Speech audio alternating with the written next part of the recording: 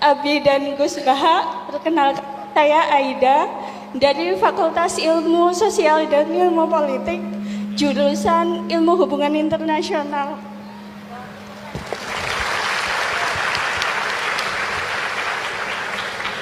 Tadi saya tertarik sekali dengan pemaparan Abi tentang merawat ukhuwah kebangsaan saat ini. Kula jadi ingat Al-Anbiya 107. Bismillahirrahmanirrahim. Wa ma arsalnaka illa rahmatan lil alamin. Mohon tips saking Abi dan Gus Baha, gimana kami mahasiswa yang masih keroco mumet dan sering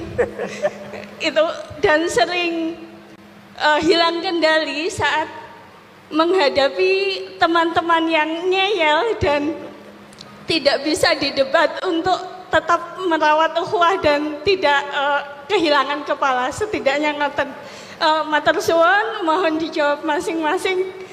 Abi dan Gus Baha, mungkin nanti ada tambahan juga dari Prof. Ova, inggih monggo.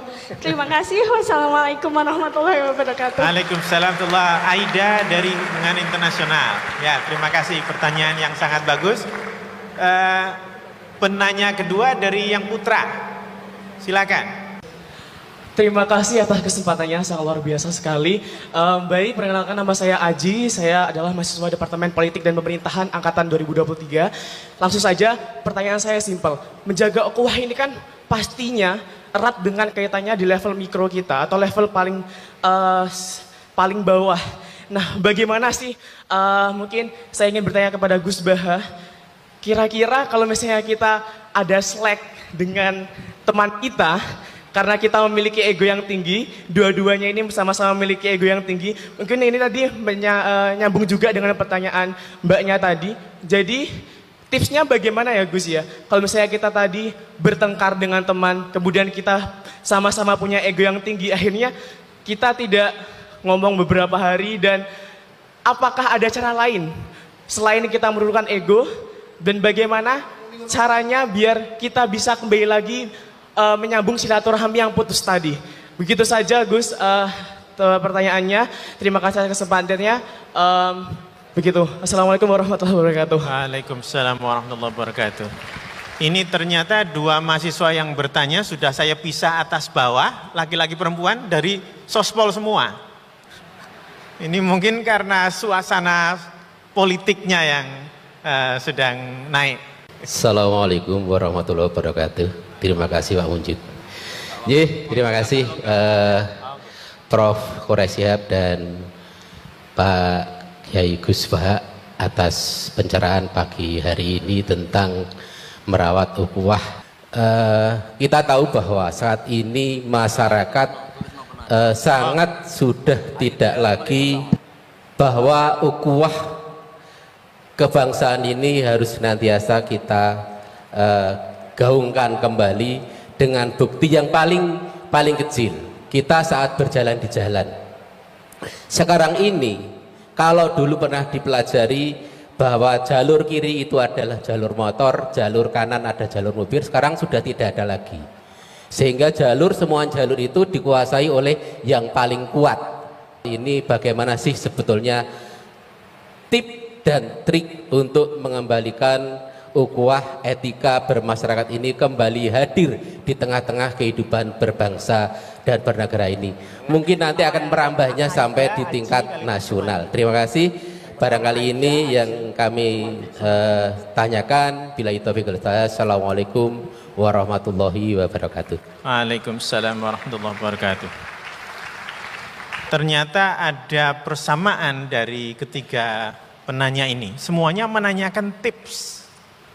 Nah ini apa namanya, monggo nanti Pak Kures dan Gus Baha, mungkin Bapak, oke, Gus Baha dulu. Cuma saya tertarik komentari kok tanyanya tips semua ya. Jadi seolah-olah itu sangat gampang, trik kalau sudah tahu tipsnya beres gitu. Padahal apakah betul ukhuwah itu sesuatu yang kita bisa selesaikan dengan tips? Tapi monggo Gus Baha. Bismillahirrahmanirrahim. Kebetulan saya ini ahli tip betul, jadi insya Allah gampang. Saya tadi tersanjung lah dipuji Pak Munjid, katanya saya ini orang yang gampang saja menangani macam-macam.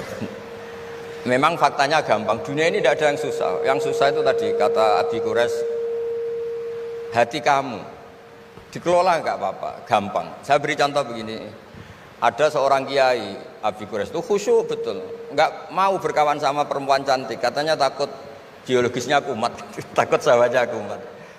Kalau berteman orang jelek kan nggak apa-apa, Gus, nggak minat, apalagi orangnya merongos, kukulan banyak katanya. Terus tak ingetin, syahwat yang nggak pada tempatnya itu dosa, tapi ngenyek orang juga dosa kata saya. Artinya dia menghindari perempuan cantik tapi dosa menghina. Itu juga ada orang yang nggak mau berteman orang kaya, takutnya tamak gini-gini, senengnya sama orang miskin. Ternyata apa? Diperbudak, disuruh mijetin, disuruh-suruh. Dosanya yang berbudak itu. Jadi intinya dalam semua lini kehidupan tuh ada problem fikih. Makanya kita harus pinter-pinter berteman orang kaya, semoga kayanya untuk kebaikan. Berteman orang miskin supaya kita tawadu. Melihat alumni UGM yang sukses kita bangga. Yang bikin masalah kita istighfar, gitu aja gampang kan urusannya. Artinya kiai juga sama. Kiai itu punya alumni yang jadi kiai, alhamdulillah. Yang enggak jadi kiai problem, ya kita istighfar semua di semua kehidupan kita. Nah, kata bapak, ini bapak saya, kalau pagi-pagi Abi Quraisy itu ada orang nyun sewu, orang miskin, sholatnya pas-pasan, pakai celana pendek, pagi-pagi rokok di warung. Bapak itu mesti bilang gini, hak, aku sing kiai ra mesti sebahagia itu. Sudah marung, nggak punya uang, ngutang, itu nyingkrang bahagianya, Masya Allah. Itu kata bapak, itu rahmatnya Allah. Orang nggak punya karya, nggak punya prestasi sebahagia itu, jangan diganggu kan. Selama ini kita sebagai akademisi, sebagai dosen juga ikut salah. Melahirkan satu faham, bahagia itu kalau jadi dosen, bahagia itu kalau jadi rektor, jadi menteri. Sehingga orang itu tidak kok berbahagia dengan kesehariannya. Padahal orang seperti itu, sering saya ketemu orang nganggur itu. Wah enak Gus, jadi orang nganggur lah, jadi menteri dikongkon presiden, jadi pejabat esok kudu ngantor, jadi orang biasa enak, wae turu-turu, wae ngopi-ngopi gitu. Intinya bahagia seperti ini tidak usah dibatalkan, biar aja tetap bahagia seperti itu. Karena kalau kamu jadi dosen, nyanyi Anda di UGM juga kamu nggak mau. Jadi itu penting, ngelola kebahagiaan itu penting. Jadi ini Mbak Aida, Mbak Aji, semuanya harus dilatih lah, bahagia itu dilatih. Syukur-syukur model wali ya, terus sujud, terus sungkem di Allah. Kalau nggak model wali ya dilatih yang gampang-gampang. Saya teringat konflik itu dimulai dari tersinggung. Saya ulang lagi, konflik itu dimulai dari tersinggung. Saya punya sekian khazanah tentang ngelola tersinggung. Saya berkali-kali cerita itu. Suatu saat Imam Syafi'i didatangi orang, cium tangan, terus hormat. Setelah itu orangnya menghujat.